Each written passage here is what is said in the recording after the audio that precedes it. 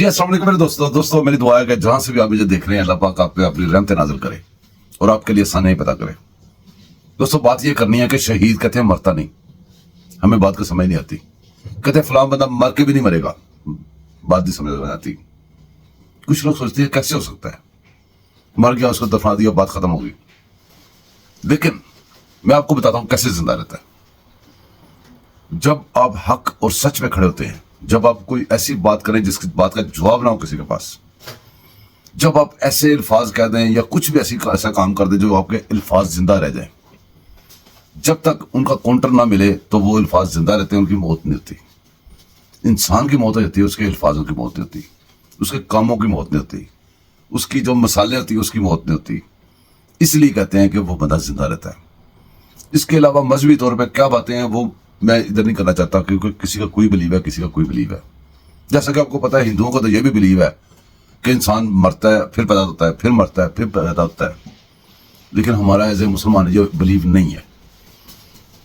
लेकिन हम अगर इस बात को यहां तक रखें कि कैसे जिंदा रह सकता है, तो आज उसकी बेहतरीन मिसाल एक ऐसा बेहतरीन बंदा है जो जिसके ना अल्फाज कभी मरेंगे, ना उसकी बातें कभी मरेंगी, ना उसके जवाबात कभी मरेंगे। वो खुद अल्लाह को प्यारा हो गया हुआ है। हमारी दुआ है कि अल्लाह पाक उनके गुनाह माफ करे।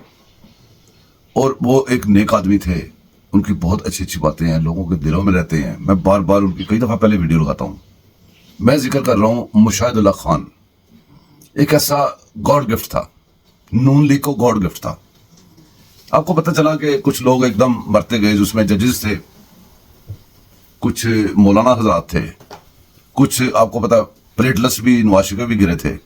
तो फिर जब खुद उनको पकड़ा गया, जब खुद उनको निकाला गया, जब उन्होंने गर्दान पढ़नी शुरू की कि मेरी जान को खतरा, मेरी जान को खतरा, तो फिर सबसे पहले उन्होंने, इतना बुज़दिल घटिया आदमी है, सबसे पहले आकर उसने बताया कि एक ऐसा जहर होता है जो बंदे को दे तो उसकी मौत जो हार्ट अटैक से होती है, उससे प्लेटलेस गिरते हैं, ये होता है वो होता है। फिर खुद ही आगे बताया कि जब खुद अपनी जान पे बनी। बुज़दिल आदमी है, जब फंसेगा, उंगली फंसेगी तो वो शोर कर देगा। खैर बातें और साइड पे चली जाएंगी। चले वापस मुशाहिदुल्लाह खान साहब पे। एक तकरीर का कुछ पीस काट के कई दफा लोगों ने लगाया, मैंने भी लगाया। मैंने वो तकरीर का कुछ तकरीबन मिडल का काफी सारा पार्ट लेके आऊं। ये जो बुलडॉग, एक वो, सॉरी मैं गलत बात मुझसे मुंह से निकलने लगी थी। एक बुलडॉग, वो एक बड़े मुंह वाला कुत्ता जो भौंकता रहे। आपको देखें कि वो मुशाहिदुल्लाह खान साहब कहते थे ना, कम ज़र्फ है गुब्बारे जरा सी फूकों से फूल जाते हैं, इस तरह करके उनकी नज़म है। तो वो सही बिल्कुल कहते थे। ये लोग फूल गए हुए थे, ये सारे घटिया लोग इकट्ठे हुए थे। ये लोग इस काबिल नहीं थे इन ओहदों पे बैठने के, जहां पे फैज हमीद बाजवे ने इनको पहुंचा दिया था कब्जा करके पाकिस्तान पे। सीधा चलते हैं मुशाहिदुल्लाह खान साहब की तकरीर के ऊपर। आपने सुनी भी होगी ना, मेरे कहने पे एक दफा गौर कीजिएगा वो क्या क्या रहे हैं और हो क्या रहा है इस वक्त दौर में। तो फिर आप बताइएगा वो जिंदा है कि नहीं है। मुलाजा फरमाइए। प्लीज तशरीफ रखें, प्लीज मिनिस्टर साहब आप तशरीफ रखें। जी तेरे जैसे बड़े देखे मैंने। अभी देखना तमाशा क्या लगता है तुम्हारे साथ। क्या शेख मिलेगा तुझे गुलफिशानी करके, और क्या पाएगा तू तौहीन जवानी करके। और तू डराता है उन्हें आतिश दोज़ख से जो आग को पी जाते हैं पानी करके। कि मादर मिल्लत क्या, और ये तो पैदा ही नहीं हुए थे ना, ये पार्टी थी ऐसे 22 साल करते हैं। 22 साल में 22 बंदों ने, उनमें से किसी ने जेल नहीं काटी। अल्लाह जाने कौन से 22 साल, एक दिन की जेल नहीं काटी। जो हमने 22 साल जद्दोजहद की, कौन सी जद्दोजहद की भाई? जिया वक्त के साथ मिलकर जद्दोजहद की कुछ अरसा, फिर परवेज मुशर्रफ के साथ मिलकर जद्दोजहद की, और अभी भी जिनके साथ मिलकर जद्दोजहद कर रहे हैं कि इनको सारी ताजीम याद आ गई है। जो अपनी बातें भूल पता नहीं क्यों जाओ, केस मार जाते हैं, चुप कर जाते हैं, इनको याद कराओ तो बात ही नहीं करते, देखते ही नहीं है। फिर क्या नहीं किया आपने इस मुल्क, क्या आपने इस पार्लियामेंट पे हमला नहीं किया जहां पे हम खड़े तकरीर कर रहे हैं? आपको जेल में डाला था हमने? नहीं डाला था ना। पीटीवी पे कब्जा किया हमने, जेल में डाला था आपको।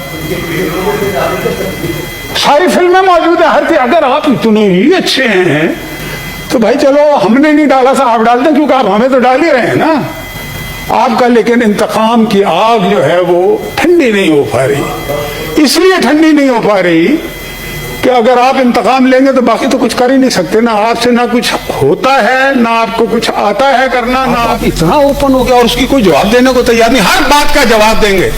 बहुत ज्यादा बोलने का शौक है, लेकिन जहां पे बोल रहा हूं हम भी ताली बजाएं यार आपके लिए कि ये IMF के सामने खड़े हो गए, पाकिस्तान के हक के लिए खड़े हो गए, लेकिन वहां पे चुप हो जाते हैं। बिल्कुल सुम्मुन बुकमुन उम्युन फहुम ला यरजऊन। बात है बिल्कुल ही नहीं कहना चाहिए।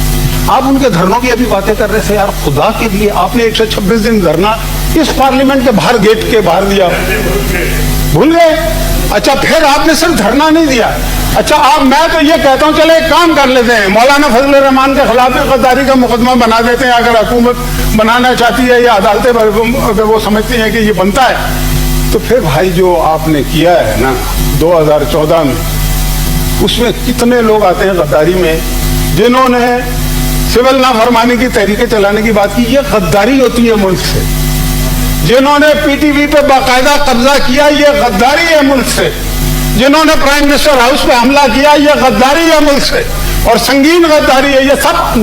जिन्होंने ये कहा कि ओवरसीज पाकिस्तानीज को कि आप हवाले से पैसे भेजें, बैंकों के जरिए से पैसे ना भेजें, ये गद्दारी है मुल्क से।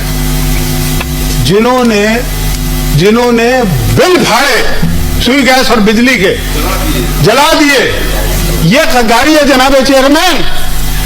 आप इतनी बड़ी बड़ी गद्दारियां, अच्छा फिर देखें उस वक्त की हुकूमत जो हमारी हुकूमत थी, उनकी बर्दाश्त का आलम तो देखें कि हमने तो आपके खिलाफ कोई मुकदमा गद्दारी का दर्ज नहीं करा, ना हमने कहा, ना आप में से किसी को जेल में डाला, आप दूसरी बात ही नहीं करते। अच्छा, ये इस हुकूमत ने डिलीवर पता क्यों नहीं किया? ये पैटी मैटर्स में पड़े हुए हैं। ये इस चक्कर में है कि जी शहबाज शरीफ क्या कर रहा है, नवाज शरीफ क्या कर रहा है, रिपोर्ट आई है या नहीं आई। भाई ये तुम्हारा काम नहीं है, तुम्हारा काम ये आवाम रो रहे हैं, उनके आंसुओं को क्यों नहीं पहुंचते? ये छोड़ो, लोग बीमार होते रहते हैं, खुदा ना खासा कोई भी बीमार हो सकता है, ठीक है?